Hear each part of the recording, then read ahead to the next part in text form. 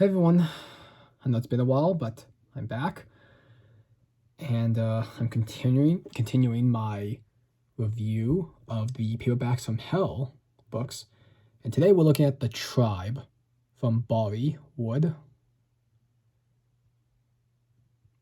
It was originally published in 1981 by Signet, and you may know Signet from all the books they've published, especially the Stephen King books. Like, they published a lot of Stephen King books. But this Valancourt edition is from 2019. Now we just show off the cover a little bit more. Decent cover, I would say. Not my favorite though. Like, it's definitely unique and stylistic. It's a little spooky, you know. Like, I see this figure here, and you got all these like faces in it. So it's an interesting cover. I still like it, just not my favorite.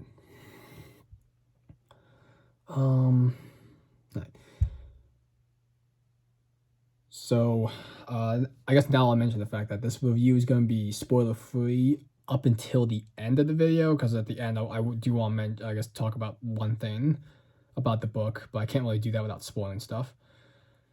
So when I get to that point, I'll put a warning, like I just tell you guys to shut off the video, that sort of thing. Okay, so with that being said, I'm going to read the synopsis. So here we go.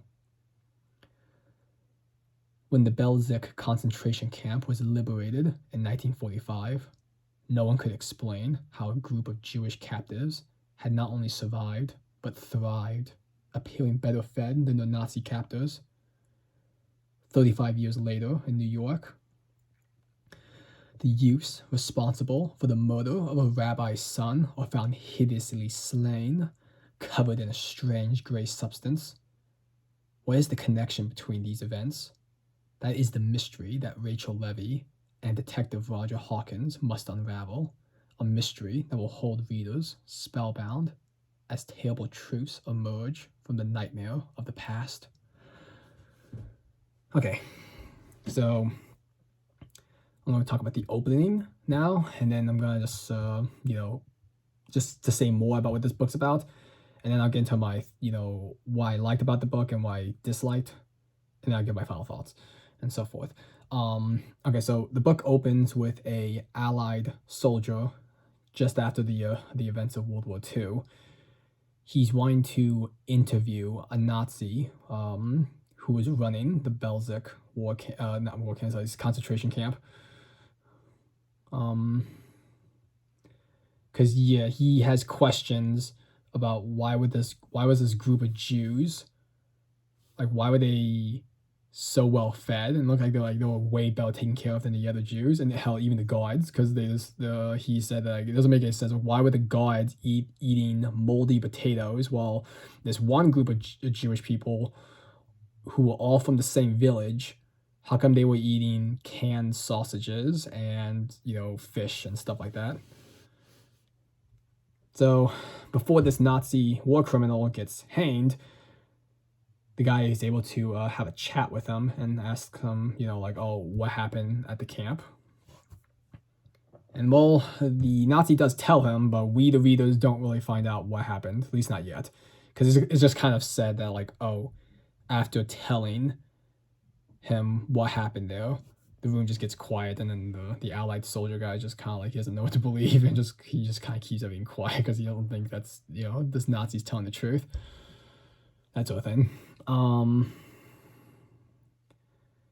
then 35 years later, a man named Adam Levy, he is robbed and then murdered by a group of hateful youths. And, well, Adam, his friend, Robert Hawkins, he's trying to solve the case about what happened. Sadly, though, a lot of the evidence that Robert is finding isn't really, isn't the best evidence. A lot of it is like, oh, it seems kind of circumstantial, and if we do put those guys away for the murder, they're probably only going to get a couple years, that sort of thing. Because again, it's going to be kind of hard to convict them, that sort of thing. Well, soon after that happens, I mentioned, they're friends, but also, But Rob is also friends with Adam's father, Jacob. So anyway, but yeah, soon after the murder, the youths who did this, the hateful act, they were found brutally killed. And as it basically describes, like, yeah, it seemed like they were beaten to a pulp, their bones were broken, and, you know, all this other stuff. And it just seems like, you know, it was like a really brutal attack. And now Rob is trying to, figure out what happened here. And then there's like, now after that, there's like some other strange things that happen. So you have Robert and the Adam's wife, or Adam's guy that died, but yeah, his widow, if I'm using that word correctly. Like, she's with, eventually she starts helping Robert try to figure out what's going on. So yeah, that's basically what the book's about. Hopefully I didn't do a terrible job of explaining it.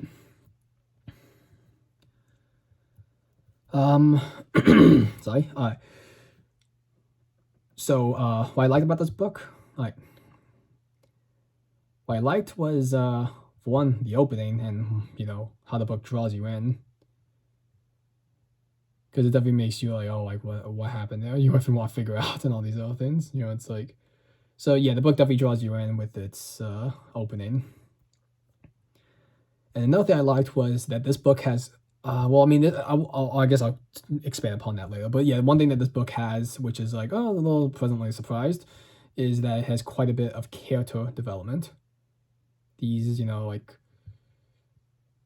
it really, like, the characters really feel multi-dimensional, so that's kind of nice. Like, again, that's probably because I read a lot of books that really don't have the most developed characters, but at least in the horror genre.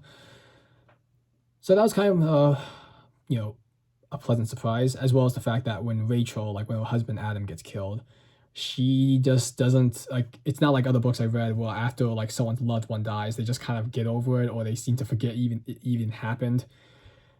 She doesn't. It takes her quite a while to come to terms, and even I forget how long, but like after quite a bit of months after the murder, she one of her friends tells her like, oh, you should start dating again, and that sort of thing. And then even like a year after the murder, like well over a year, she even says like she's in a relationship with someone, but she's not too sure of it, and of course for several reasons. But for one, she's like saying things like, oh, Adam, like, she's not totally sure she's still ready to get married and stuff like that. So again, that was kind of nice, because again, I read a lot of books where it seems like after someone dies, everyone just kind of gets over it real quick. And something else that this book deals with, which is like, oh, it's a little, again, another pleasant surprise for something a horror novel to do, is that it does talk about, because a lot of the characters, they're Jewish or they're black, so it kind of does talk about what kind of things they have to deal with from society, that sort of thing. And I thought that was kind of neat. But I guess I will say this, that this book does contain the N word a few times. Like, it's used. I mean, most of the time it's used because the character Hawkins, the detective, he just talked about like, oh, like when someone, like, he talks about when someone called him that or other things. Because keep in mind, he had to live through the days before the Civil Rights Act happened. Well, I mean, of course, I guess he had to live through it too, but you know what I mean, like before that, the Civil Rights Bill was signed.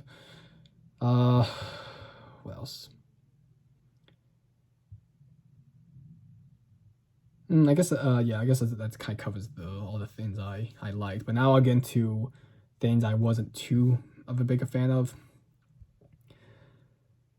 And that's my problem with this book. I did talk about the character development, and I thought that was kind of nice, but I felt like I had a little too much. Yeah, I know, I made it. I guess it's kind of a positive and a negative, but yeah, just I felt like I could have used a little bit less filler. Like, yeah, I guess it wasn't really the character development, because I guess it's like some of those filler moments were adding more character development, but I felt like some of it was kind of unnecessary.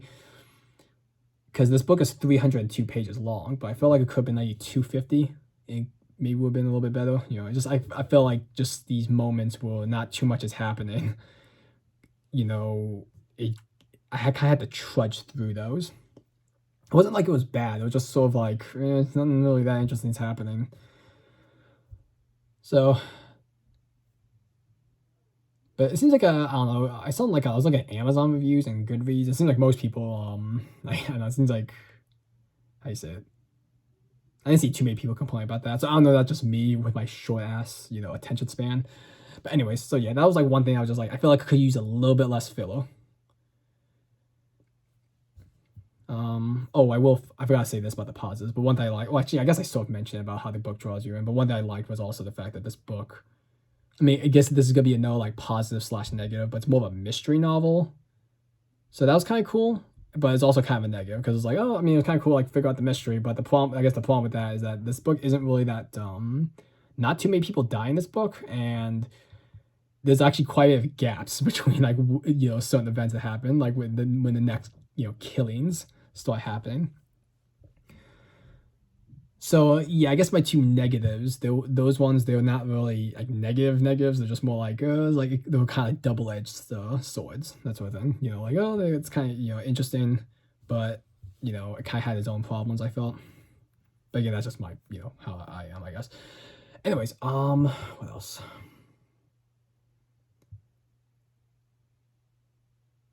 I guess that's kind of with the. Oh wait, I forgot one last thing. I guess yeah, this is when it comes to the negatives. I felt like the ending was a tad rushed. It was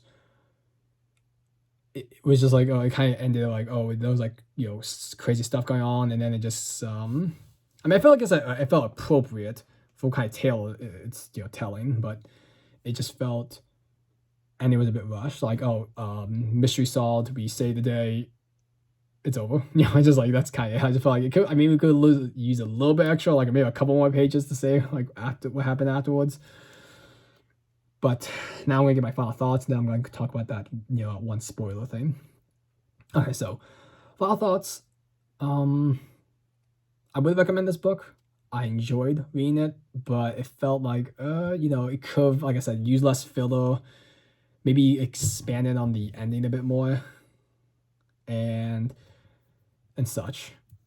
And I would say like, even though I enjoyed the book, I didn't like love it. I suppose it was just like it was alright, and that's I guess what I'll say. So that's why I'm giving it a 3 out of 5. Like I enjoyed it. I think it's a decent read, but yeah, I just didn't enjoy it as much as seems like other people did, and I didn't enjoy it as much as the other paperbacks from hell I've read so far. Uh, so yeah, I guess that's my final thoughts. 3 out of 5. I would say it's worth reading if you're a fan of the paperbacks from hell stuff. Okay, so now I'll talk about the spoiler thing. So I guess if you want to have getting spoiled, you can just shut off the video. So 3, 2, 1. Okay, so this is the spoiler thing, and I thought it was rather interesting what's doing the killing in this book, and what's doing the killing is actually a golem. And yeah, I mean, I don't mean like I mean the golem. Like if you ever heard of the tale of the Golem of Prague, and if you ever heard of that, you probably just best to Google it. So I thought that was rather interesting because I never read a book that actually has a golem that's made out of clay, just like the Golem of Prague, where it's like, oh, it's what's killing people. In this case, it's like, oh, it's killing because well, basically it's killing people who wronged a group of Jews. It's also that sort of thing. So yeah, I thought that was rather interesting. Like I said, I never read a book like that, and also it was and also the book with that, it's like because it talks about the actual tale of the Golem of Prague, and all the stuff about like Jewish folklore things. So that was interesting. So yeah, I guess that covers that. So like I said, that'd be interesting and unique. Although I will admit, maybe, I mean, I think the Golem of Prague tale is an interesting one, but it's definitely not like my favorite. Like like this kind of thing. Like it definitely is not like, in my opinion, the best type of thing to have a what's the word I'm looking for. Yeah, I'm just blabbing here. Yeah, I'm not sure what I'm saying, but you get the idea. Anyways, so I guess with that being said, I'll sign off for now. Take care, everyone, and I'll see you guys next time. Bye bye.